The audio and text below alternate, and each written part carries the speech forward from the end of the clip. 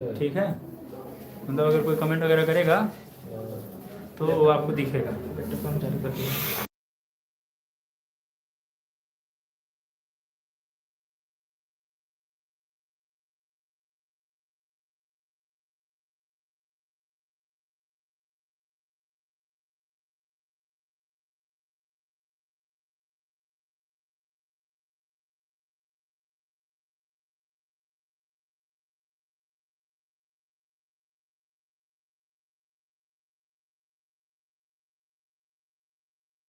चलो, hello student, आपका प्रगति classes में वेलकम है। आज की टॉपिक है द प्रिंसिपल ऑफ इनहेरिटेंस, जो क्लास 12 की टॉपिक है। टॉपिक नंबर 5 है the principle of inheritance and variation. आज डिस्कस करेंगे कि क्या होता है the principle of inheritance and variation. The principle of inheritance and variation.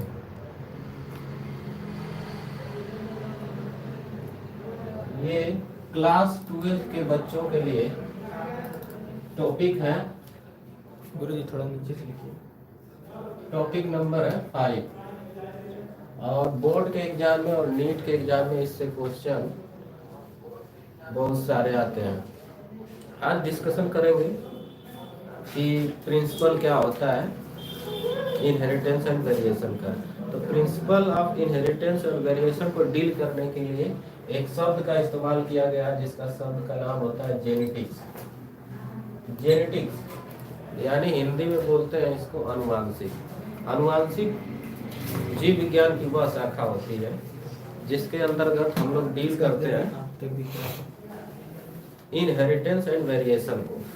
तो सबसे पहले ये जानने की कोशिश करेंगे कि जेनेटिक्स शब्द किसने दिया गया था। तो यानी कि जेनेटिक्स शब्द term is given by Datsun. Datsun नाम के साइंटिस्ट ने अनुवांशिक शब्द का इस्तेमाल किया गया था। उसके बाद ये पूछा जाता है कि अनुवांशिक विज्ञान के पिता कौन है, यानी फादर ऑफ जेनेटिक्स।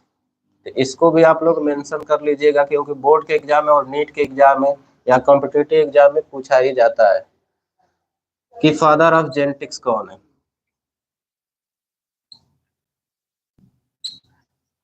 तो फादर ऑफ जेनेटिक्स है Gregor John Mendel. Gregor John Mendel,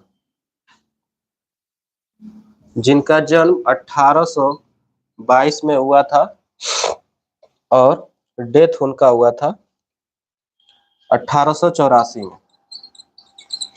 इनका जन्म एक ऑस्ट्रिया देश में हुआ था और उस ऑस्ट्रिया देश की सिटी थी ब्रून city.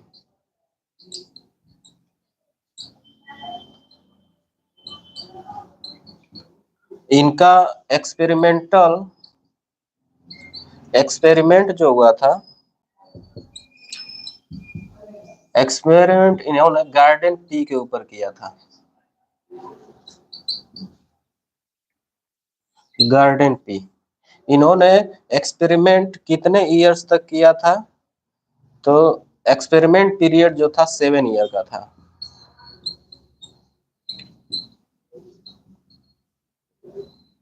Experiment period is 7 year. ठीक है, इतना आप नोट कर सकते हैं। आगे हम जानते हैं जेनेटिक्स का definition.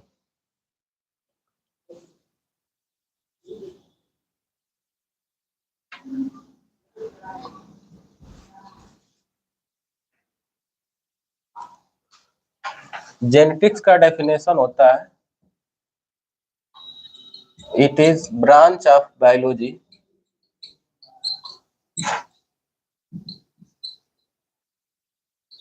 which deal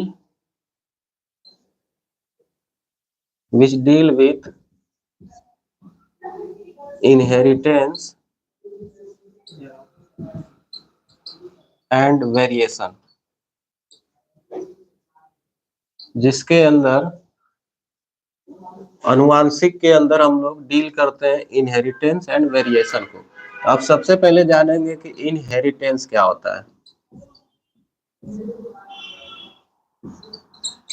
inheritance, inheritance उसे कहा जाता है जब एक पेरेंट से कोई जीन ट्रांसफर होता है उसके नेक्स्ट जनरेशन में, उसको बोला जाता है inheritance.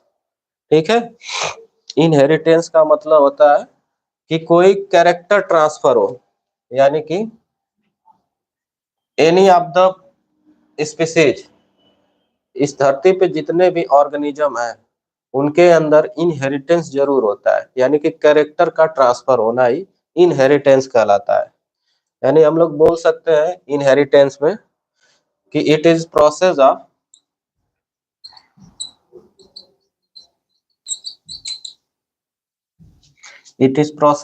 Transfer of character from progeny to offspring या पेरेंट टू ऑफस्प्रिंग।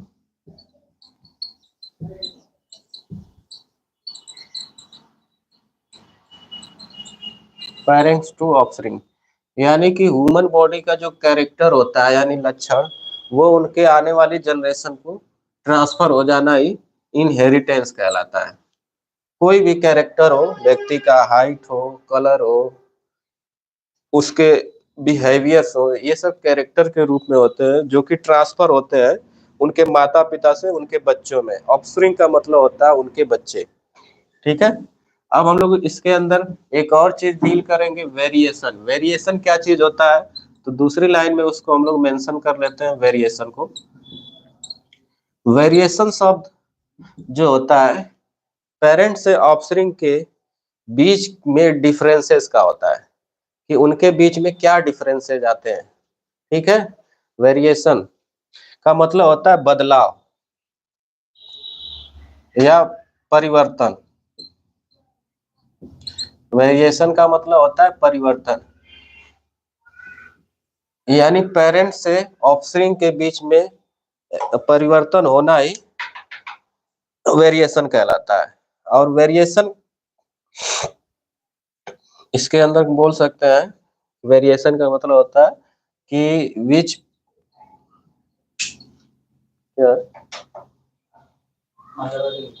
अच्छा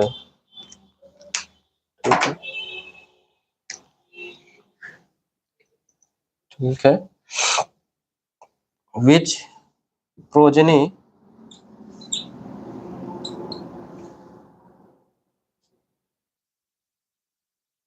विच ऑफस्प्रिंग या तो any of the offspring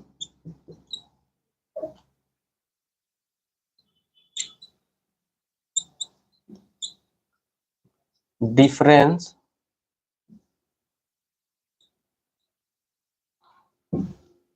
from our parents. कोई भी ऑफस्प्रिंग अपने माता पिता से अलग होना ही वेरिएशन कहलाता है। तो वेरिएशन का रिजल्ट होता है सेक्सुअल रिप्रोडक्शन। वेरिएशन का रिजल्ट होता है, it is result of sexual reproduction.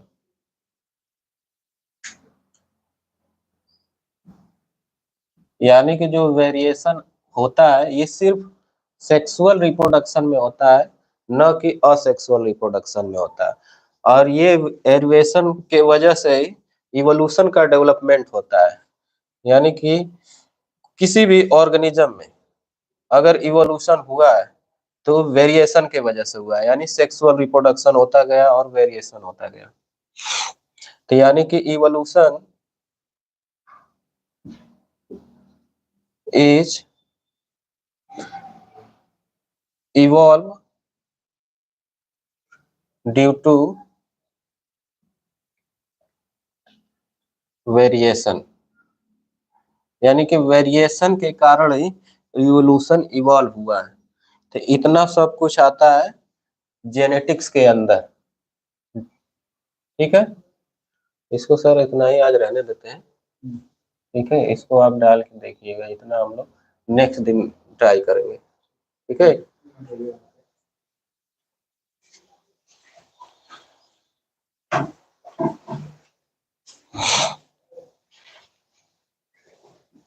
चलिए, तो जैसे कि आप लोगों ने देखा है बायो की क्लास चलिए, आज व्यवहारिक तरीके से केवल सिलेबस आज डिस्कस हुआ है कि जेनेटिक्स में क्या क्या सिलेबस है। ठीक है, क्या क्या आप लोग को पढ़ना है। ठीक, तो अब हम लोग देखेंगे क्रम में, ऐसे ही क्रम में चलते रहेगी क्लास, आती रहेगी, बायो की भी क्लास आती रहेगी आप लोग के सामने। ठीक है, फिजिक्स की चल रही है, केमिस्ट्री की भी देख रहे हैं आएगी। ठीक है, तो बने रहिए, आप लोग को यूट्यूब पे कंटेंट मिलेगा, ठीक ठाक कंटेंट मिलेगा। ठीक, बाकी अगर और कोई, हाँ हमारे मनीष सर का भी एक चैनल है, सर चैनल का नाम क्या है आपकी? मनीष बीएचयू। मनीष बीएचयू करके एक चैनल है, आप उनको भी सपोर्ट कीजिए। ठीक, लिख दीजिए। तो इनका भी एक चैनल है, यूट्यूब पे चैनल है, इनको भी सपोर्ट कीजिए आप लोग। और साथ में हम लोग भी हैं, सपोर्ट करेंगे एक दूसरे का। सपोर्ट जब तक करेंगे तब तक कुछ होने वाला नहीं है। ठीक है भैया, तो करते रहिए आप लोग, पढ़ते रहिए। पढ़ने के अलावा और आपके पास कोई काम नहीं होना चाहिए, मैं हमेशा बोलता हूँ। ठीक है, आज के लिए यहीं तक रखते हैं, मिलेंगे अब अगली क्लास में। चलिए ठीक है, जय हिंद। ऑफ कहाँ से? यहाँ से कैमरा ऑफ है।